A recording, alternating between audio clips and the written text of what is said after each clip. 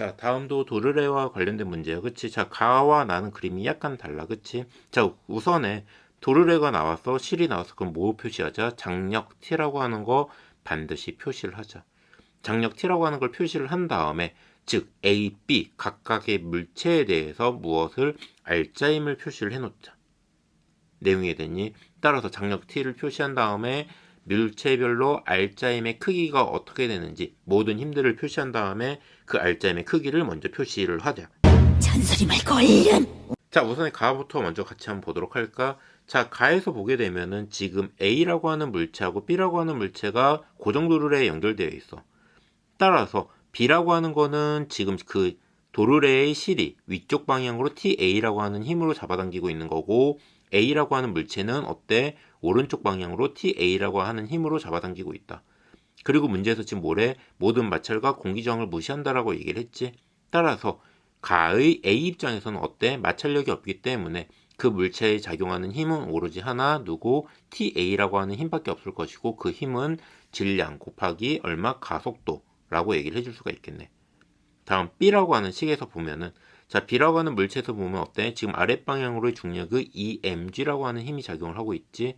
따라서 EMG 빼기 장력은 반대 방향으로 TA만큼 잡아당기고 있네. 그 TA는 얼마? 질량 EM 곱하기 가속도, A의 가속도라고 얘기를 해줄 수가 있겠다.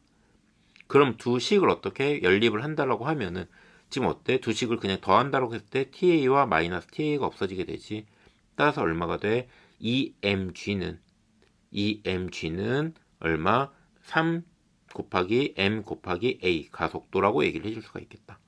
따라서 가속도, 가에서의 가속도는 얼마가 된다?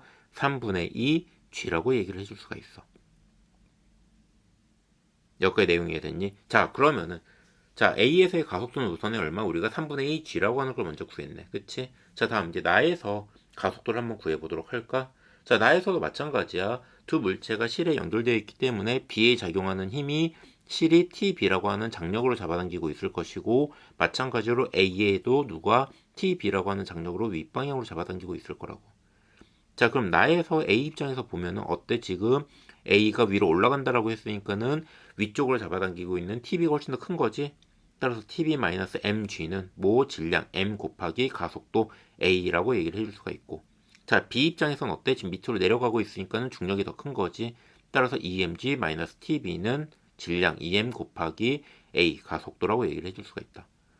따라서 두 식도 마찬가지로 더해주게 되면은 TB와 TB를 없애줄 수가 있다. 따라서 연립해서 더해주게 되면은 얼마? mg는 3m 곱하기 나에서의 가속도라고 얘기를 해줄 수가 있겠네. 여기까지 어려운 거 없지? 따라서 나에서의 가속도는 얼마가 돼야 돼? 3분의 1 g라고 하는 값이 만들어지게 된다. 할 수 있겠어? 자, 그러면 가속도도 우리가 크게 비교를 해줄 수가 있을 거, 그치? 우리 다 구한 거니까는. 자, 그럼 첫 번째 보도록 할까? 우선에 가에서 A에 작용하는 알짜 힘의 크기는 얼마야? TA라고 하는 값 아니야? 왜? 마찰력이 없기 때문에 물체, 질량이 M인 물체에 작용하는 순수한 힘이라고 하는 값은 얼마다? TA라고 얘기를 해줄 수가 있겠네.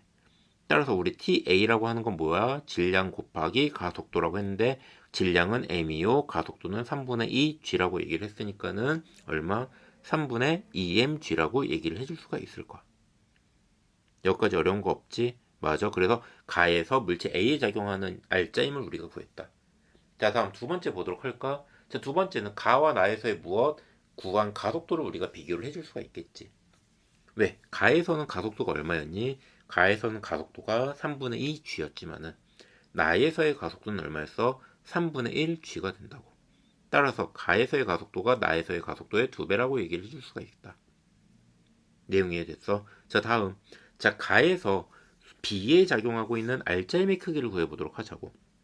자, 가에서 순수하게 B에 작용하고 있는 알짜 힘의 크기는 질량 곱하기 그 가에서 그 물체에 작용하고 있는 가속도라고 얘기를 해줄 수가 있겠지. 근데 질량은 얼마야? 2m이고 가속도는 A의 가속도라고 얘기를 해주고, 그 A의 가속도가 얼마? 3분의 2 G라고 하는 걸 우리가 구했네.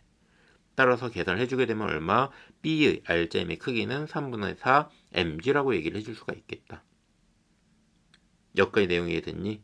자, 그리고 지금 나에서 보게 되면은, 맞아, 나에서 B에 작용하고 있는 실이 잡아당기는 힘은 우리가 TB라고 얘기를 해줄 수가 있는데, 그 TB라고 하는 값은 얼마야? mg 더하기 뭐라고 얘기를 해줄 수 있어? 질량 곱하기 나의 가속도라고 얘기를 해줄 수가 있겠지. 따라서 mg 더하기 3분의 mg니까는 3분의 4mg라고 얘기를 해줄 수가 있겠다. 내용이 이해됐니? 따라서 뭐야?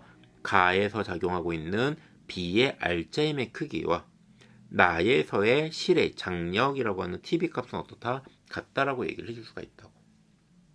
여기까지 어려운 거 있어? 어려운 거 없지?